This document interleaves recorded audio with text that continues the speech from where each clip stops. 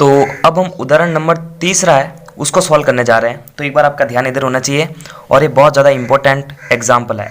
तो इसके अंदर देखिए आपसे क्या कह रहा है कि 5 सेंटीमीटर त्रिज्या के एक वर्त की 8 सेंटीमीटर लंबी एक जीवा पी क्यू है। ठीक है, पी और क्यू पर स्पर्शरेखाएं परस्पर एक बिंदु टी पर प्रतिच्छेद करती है। यानी ये जो स्पर्शरेखा है ना टी पी और टी क्यू, ये बिंदु टी पर प्रतिच्छेद कर रही है। तो टी पी की लंबाई ज्ञात करनी है। तो देखो इसको करने का तरीका क्या रहेगा, आपको ध्यान रखना पड़ेगा। सबसे पहला तरीका रहेगा, अगर आपके एग्जाम में ये क्वेश्चन आ रहा है तो सबसे पहले रहेगा कि आप दिया हुआ है लिखे। यानी दिया हुआ में क्या होता है कि जो क्वेश्चन के अंदर जो चीज़ दे रखी है उसको इसमें लिखना पड़ता है। जैसे कैसे कि 5 सेंटीमीटर त्रिज्या का एक वर्त है, 8 सेंटीमीटर त्रिज्या 8 सेंटीमीटर लंबी एक जीवा है, दोनों स्पर्शरेखाएं बिंदु टी पर प्रतिच्छेद करती है, ज्ञात करना है टीपी की लंबाई बराबर ये। तो ये सारा ब्यौरा इसके अंदर आ जाना चाहिए। ठीक है, तो समझ जाना आपको। ठीक है, जो जो चीज़ दे रखी है प्रश्न से रिलेटेड वो चीज़ आपको लिखनी होती है। अब बारी आती है प्रमाण की, यानी हमारे को ये टीपी की लंबाई ज्ञात करनी है। तो देखो कैसे करेंगे। सबसे पहला तो आपको ये बता दूँ कि आपके जो एग्ज़ाम बुक के अंदर जो एग्जाम्पल है ये, उसके अंदर ओ को टी से मिला दिया गया है। लेकिन जब एग्ज़ाम के अंदर ऐसा ही डायग्राम आ जाए तो आपको ओ को टी से मिलाना पड़ेगा। ठीक है, हालांकि किताब में मिलाया हुआ है, तो किताब में वालों ने तो मिला के दिया, लेकिन अगर एग्जाम में ऐसे ही आए तो आपको डायरेक्ट इसको इसे मिला देना है। ठीक है, तो वो चीज़ हम कहाँ पर लिखेंगे, रचना से। ठीक है, प्रमाण के अंदर लिखना है रचना से, रचना बराबर कि ओ को टी से मिलाया। अब देखना, जब ओ को हम टी से मिला रहे थे तो देखो ओ टी ने जो है पी क्यू जीवा को यहाँ पर प्रतिच्छेद करा है और इस बिंदु को अपन आर बिंदु नाम दे देंगे। ठीक है, तो जो ओ टी है वो लंब हो गया पी क्यू पर। बिल्कुल लंब कैसे होगा कि जब दो रेखाएं एक दूसरे को इस तरह से काटती है तो लंब हो जाती है। तो ये देखो ओ टी जो है इसको काट रही है। तो इससे क्या पता चल रहा है हमारे को कि ओ टी लंब है पी क्यू पर। ठीक है, अगला स्टेप क्या रहने वाला हमारे पास में कि हमारे को क्या ज्ञात करना है, टीपी की लंबाई ज्ञात करनी है। ठीक है, तो देखिए टीपी की लंबाई ज्ञात करने से पहले एक चीज़ आप खुद यहाँ पर गौर कीजिए कि जो ये ओ टी है ये पी टी क्यू का जो कोण है ये इसको अर्धक कर रही है। तो हम यहाँ पर लिखेंगे चूँकि टी पी बराबर टी क्यू से।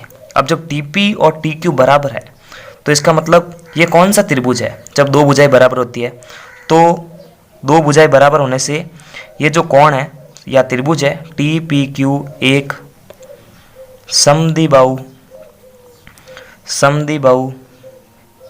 त्रिभुज है। तो ओ टी जो रेखाखंड है पी टी क्यू का अर्धक है, यानी पी टी क्यू को बराबर दो भागों में बांटने का कार्य कर रहा है। पी टी क्यू का कोणार्धक है। ठीक है, अब यहाँ से मेन स्टेप हमारा स्टार्ट होगा। तो यहाँ पर हमारे को क्या ज्ञात करना है, टीपी की लंबाई ज्ञात करनी है। ठीक है, तो टीपी की लंबाई ज्ञात करने से पहले आप खुद देखिए यहाँ पर जब ये इससे मिल रही है, जब ये ओ टी इस कोण को दो भागों में बांटेगी तो ये वाली चीज़ वापस पी क्यू को भी दो भागों में बांटती है। हमने एक प्रमेय पढ़ा है कि त्रिज्या जीवा को बराबर दो भागों में बांटती है, यानी केंद्र से निकला एक रेखाखंड ऐसा जो जीवा पर लंबवत हो तो जीवा को बराबर दो भागों में बांटता है। तो यहाँ पर देखो इसका मतलब क्या होगा कि पी आर बराबर आर क्यू, टोटल लंबाई इसकी 8 सेंटीमीटर है तो ये बराबर दो भागों में बांटेगा, तो इसका मतलब पी आर कितना हो जाएगा 4 सेंटीमीटर हो जाएगा। तो प्रमेय से अपन यहाँ पर लिख देंगे, प्रमेय से यहाँ पर आप प्रमेय लिख देना कि केंद्र से जीवा पर डाला गया लंब जीवा को बराबर दो भागों में बांटता है। ठीक है, यहाँ पर एक लाइन लिखना। तो प्रमेय से क्या होगा कि पी आर बराबर हो जाएगा आर क्यू, यानी ये जो रेखाखंड था ना ये इसने इस पूरी जीवा को बराबर दो भागों में बांटा है, यानी पी आर के बराबर आर क्यू हो गया। ठीक है, तो इससे क्या होगा कि ये दोनों 4 सेंटीमीटर हो जाएगी, क्योंकि टोटल 8 सेंटीमीटर थी और बराबर 2 भागों में बटेगी तो 4-4 सेंटीमीटर आ जाएगी। ठीक है, तो देखो अब हमारे को क्या ज्ञात करना है। अब हमारे को अगला स्टेप है कि ये जो ओ आर है, ये ओ आर, इसको ज्ञात करना है। इसको क्यों ज्ञात कर रहे हैं, देखो मैं यहाँ पर आपको बता देता हूँ कि जो हमारे को टीपी की लंबाई निकालनी है वो सिंपल स्टेप से निकलेगी। देखना किस स्टेप से, कि आप खुद देखो यहाँ पर तो दिया हुआ है लिखना है, लेकिन मैं अब जो है आपको यहाँ पर ट्रिक वाइज समझा रहा हूँ, क्योंकि डायग्राम के सामने समझाऊंगा तो आपको ज़्यादा समझ में आएगा। ठीक है, तो इसको आप दिया हुआ है मत समझो, यहाँ पर इसको ये समझना है। अपन इस सवाल को करेंगे कि टी आर पी तथा कोण पी आर ओ ये दोनों समरूप है, ये दोनों समरूप है, ऐसा मान लेना अपने को समरूप है। और समरूप होने के लिए किसी नियम की आवश्यकता होती है, तो अपन ए नियम से समरूप है। ठीक है, ए नियम से समरूप है। और जब समरूप होते हैं तो इनकी भुजाएं संगत अनुपात में होती है। तो हम यहाँ पर क्या मानेंगे कि टीपी का अनुपात पी ओ के साथ में और पी आर का अनुपात आर ओ के साथ में। ठीक है, ये चीज़ चलेगी, इसी चीज़ से जो है हमारा टीपी की लंबाई आ जाएगी। तो देखो हमारे पास में टीपी तो ज्ञात करनी है, पी ओ 5 सेंटीमीटर है, पी आर 4 सेंटीमीटर है, लेकिन आर ओ नहीं है। तो हम आर ओ को ज्ञात करेंगे इस पाइथागोरस प्रमेय से। और देखो मैंने कौन से त्रिभुज लिए हैं, ये जो दो समकोण त्रिभुज लिया ना, ये दोनों समकोण त्रिभुज है। कैसे कि देखो यहाँ पर भी 90 डिग्री है तो इससे एक एंगल लिया, और फिर यहाँ पर भी 90 डिग्री है तो इससे ये एंगल लिया। ठीक है, ये आपको समझना पड़ेगा। इस समीकरण 1 से जो अपन है टीपी की लंबाई निकाल पाएंगे। तो अब तक का जो सारा प्रोसेस है आपको समझ में आ गया होगा। अब जो अगला प्रोसेस है कि उसमें आपको ओ आर की लंबाई ज्ञात करनी है। तो त्रिभुज पी आर ओ में, तो त्रिभुज पी आर ओ में जो हमारे को जो है क्या ज्ञात करना है, ओ आर ज्ञात करना है। तो चूंकि समकोण त्रिभुज पी आर ओ में पी टी ओ थ्योरम से, यानी पाइथागोरस प्रमेय से, पीटीओ का प्रमेय क्या कहता है कि कण का स्क्वायर बराबर लंब स्क्वायर प्लस आधार का स्क्वायर।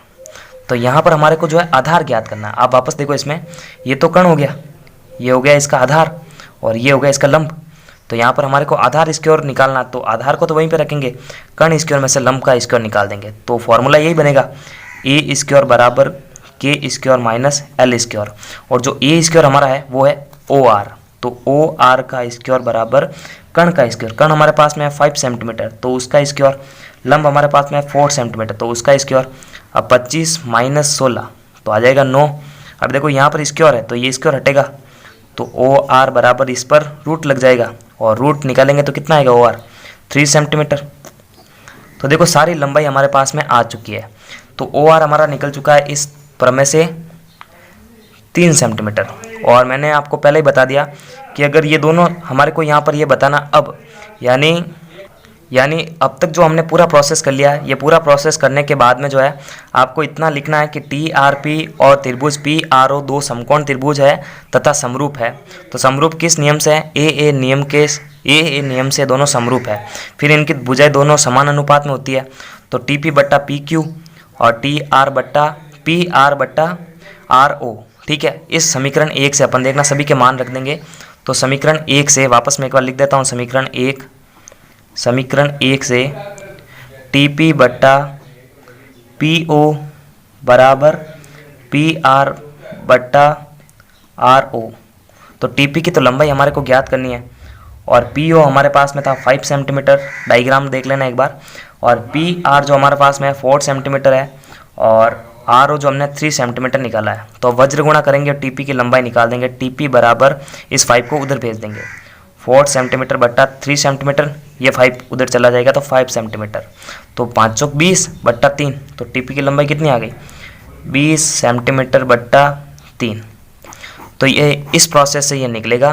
बहुत ही सिंपल प्रोसेस है, एक दो बार इसको रिपीट करो। हमने इसके अंदर बस इतना सा ही किया है कि अगर आपने जो ये इन दोनों समकोण त्रिभुज का जो ये भुजा का अनुपात है, अगर आपको ये आ गया तो फिर बहुत ही सिंपल प्रोसेस है, सिंपल यही तो निकालना था और ये पाइथागोरम से निकला है, पाइथागोरम से निकला है, ठीक है। बाकी जो ये स्टेप थे यहीं से लग रहे थे कि हमने इसको इससे मिलाया, फिर इसने इसको 2 बराबर भागों में बांटा, ये सारी चीज़ें अगर आपको आ गई तो ये बहुत सिंपल है, ठीक है। तो नमस्कार, थैंक्स फॉर वॉचिंग, और पूरे चैप्टर की प्लेलिस्ट की लिंक आपको वीडियो के डिस्क्रिप्शन बॉक्स में मिल जाएगी।